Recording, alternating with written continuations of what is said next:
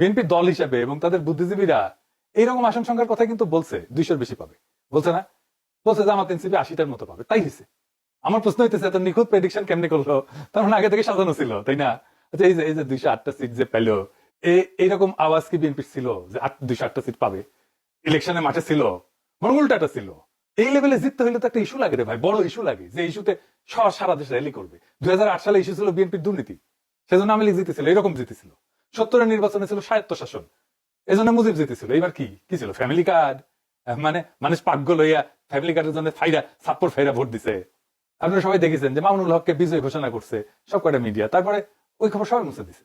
তারপরে দেখি ববি আজাদ জয়, এরকম তো অনেক আসন হয়েছে। এমনকি তারেক রহমানের আসন হয়েছে, 3,500-এর ব্যবধান ছিল, 17টা কেন্দ্র বাকি ছিল গোনা, তারেক রহমানকে বিজয়ী ঘোষণা করে দিচ্ছে। তারেক রহমানের প্রতিদ্বন্দ্বী লিখছে এটা, আমি স্ক্রিনশট নিয়ে রাখছি ওই সময়। খুলনাতে মিয়া গোলাম পারোয়ার কত ভোটে হারছে জানেন? 2,000 ভোটে মাত্র। শুধু জামাত 5,000-এর কম ভোটে হারছে, এরকম আসনের সংখ্যা কত জানেন? 53টা। মূলত এই 53টা আসনে কারচুপি করে হারানো হয়েছে জামাতকে। কেউ কেউ বলে এটা 70টা।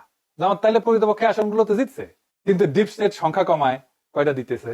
70টা না কয়টা যেন দিতেছে খয়রাতি। এটা তো বিএনপির শক্তি না, এটা ডিপ স্টেট, আওয়ামী লীগ আর প্রশাসনের শক্তি। তার উপরে ভর করে তারেক রহমান দেশ চালাবে। কেমন চালাবে বুঝেন? আমাদের প্রতিপক্ষ তো বিএনপি না, আমাদের প্রতিপক্ষ BNP plus Awami League plus deep state plus India.